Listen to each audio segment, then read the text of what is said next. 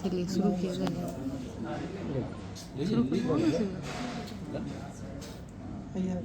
शुरू करें। हाँ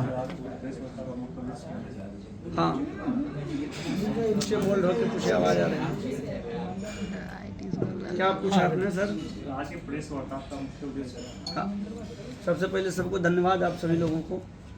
आज पैरामेडिकल एसोसिएशन ऑफ बिहार की तरफ से ये प्रेस वार्ता किया जा रहा है और हमारा जो एसोसिएशन है वो पूरे बिहार का एकमात्र एसोसिएशन है जो बिहार के तमाम पैरामेडिकल छात्रों के लिए काम करती है। और इसका क्या इम्पोर्टेंस है आप लोगों को बताएंगे कि आज पूरे बिहार में, बहुत बड़ा राज्य है हमारा बिहार, उसमें अनेकों तरह के टेक्निकल स्टाफ हैं पैरामेडिकल में, जैसे ओटी हो गया, लैब हो गया, नेत्र सहायक आता है, ऑप्थेल्मिक असिस्टेंट बोलते हैं। उनका हम सभी के जीवन में कहीं ना कहीं उसका रोल है। आप अगर आज चश्मा पहने हुए हैं तो उसमें नेत्र सहायक का रोल है। अगर किसी अस्पताल में आप जाते हैं, ब्लड की जांच करवाते हैं, चाहे आप किसी भी अस्पताल में जाएं तो उसमें लैब टेक्नीशियन की ज़रूरत होती है। किसी भी ऑपरेशन अगर करवाना है, कहीं भी आप जाइएगा किसी भी अस्पताल में, चाहे बिहार में हो या देश स्तर पर, तो आपको एक ओटी असिस्टेंट की ज़रूरत वहाँ पड़ती है। उसके बगैर कोई भी ऑपरेशन नहीं हो सकता है। सीधा सा मानना है कि बिना पैरामेडिकल के कोई भी अस्पताल संचालित नहीं किया जा सकता है, न इस राज्य में, न इस देश में, न इस दुनिया में।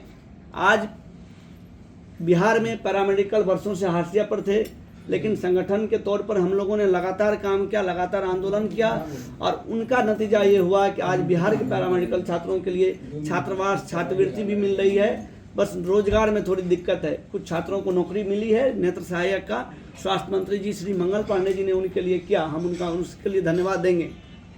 कुछ समस्याएं हैं, लेकिन ये जो कॉन्फ्रेंस है कल होने जा रहा है 1 सितंबर को, जिसमें हमारे आदरणीय स्वास्थ्य मंत्री जी आ रहे हैं और नितिन नवीन जी भी आ रहे हैं, साथ में जो अधिकारी रहेंगे इस विभाग के वो भी आएंगे।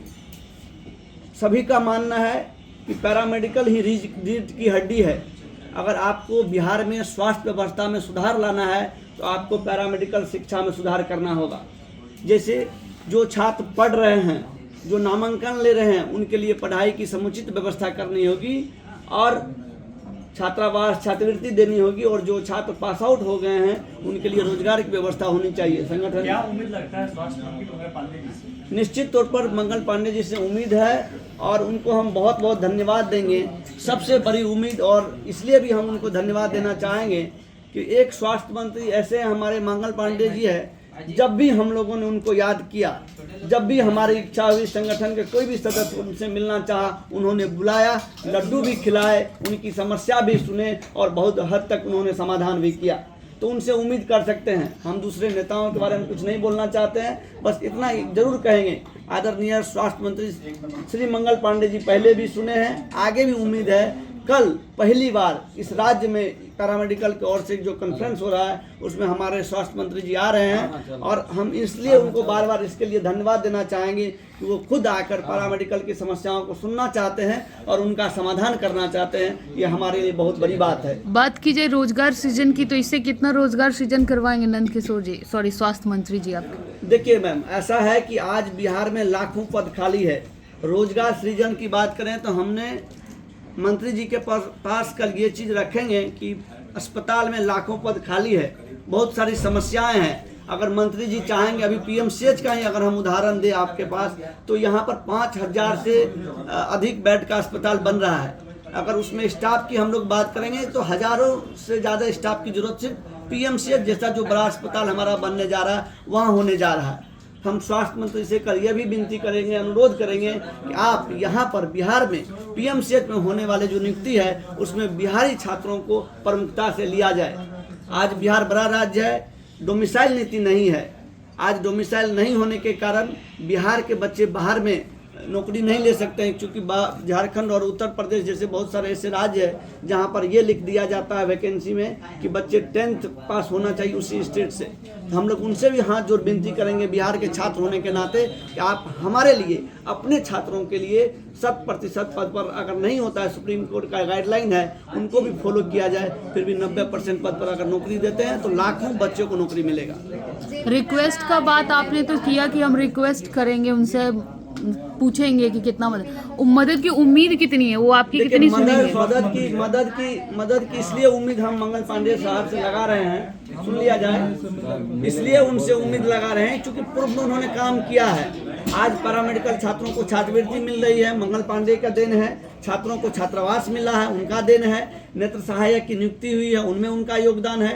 तो निश्चित तौर पर हम लोग उनसे ही उम्मीद करते हैं जिन्होंने काम किया है। जी, अगला सवाल।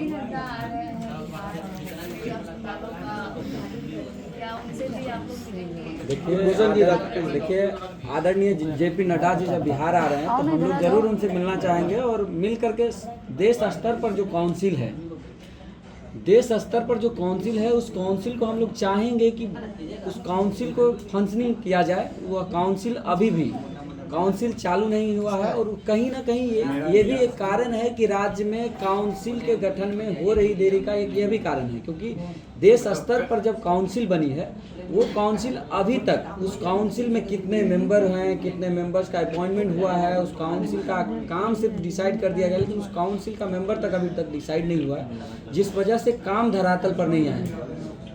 14 ऐसे राज्य हैं जिस पर उस सेंट्रल काउंसिल के अकॉर्डिंग काउंसिल गठन की स्वीकृति हुई, लेकिन अभी तक वो लंबित है। तो हम लोग उनसे 2018 में भी 18-19 में भी उनसे हम लोग मिल करके सेंटर मिलेंगे, तो यही बात उनसे कहेंगे कि इसको धरातल पर लाया जाए।